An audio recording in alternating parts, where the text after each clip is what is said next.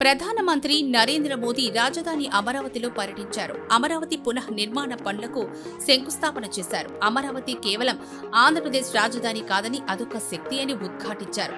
ఈ సందర్భంగా ఆయన 18 కీలక ప్రాజెక్టులకు వర్చువల్ గా శంకుస్థాపనలు, ప్రారంభోత్సవాలు చేశారు. వీటిలో అమరావతి రాజధానిలో ఏర్పాటు చేసే ప్రాజెక్టులే కాకుండా ఆంధ్రప్రదేశ్లో, ఏపీలో కేంద్ర ప్రభుత్వం చేపట్టే ప్రాజెక్టులు ఉన్నాయి.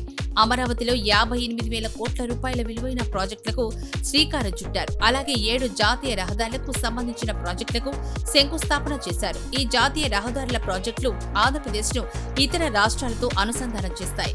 ఈ ప్రాజెక్టులో జాతీయ రహదారుల్లోని వివిధ విభాగాల విస్తరణ, రోడ్డు ఓవర్ బ్రిడ్జిలు, సబ్వే నిర్మాణాలు ఉన్నాయి.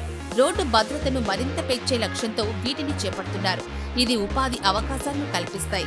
అలాగే రాష్ట్రంలోని ప్రముఖ పుణ్యక్షేత్రాలు, పర్యాటక ప్రదేశాలకు సులువైన, తేలికైన, సజావైన ప్రయాణాలకు అనుకూలంగా ఉంటాయి.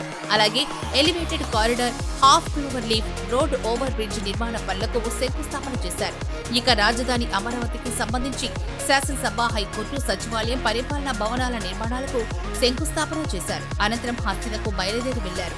అలా వెళ్లగానే తన అమరావతి పర్యటనపై ట్వీట్ చేశారు.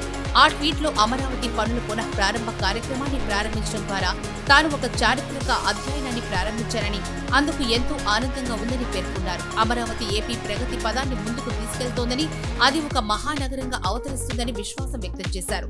అమరావతి పట్ల, ప్రజల పట్ల చంద్రబాబు నిబద్ధత ప్రశంసనీయమని మోడీ ఆ ట్వీట్ లో పేర్కొన్నారు. అమరావతి కేవలం ఒక నగరం కాదని, అదొక శక్తి అని అభివర్ణించారు. అలాగే అమరావతి నిర్మాణం పట్ల, ప్రజల పట్ల చంద్రబాబు నాయుడు నిబద్ధత ప్రశంసనీయమంటూ ఆ ట్వీట్ లో ప్రధాని మోదీ ప్రత్యేకంగా ప్రశంసించారు.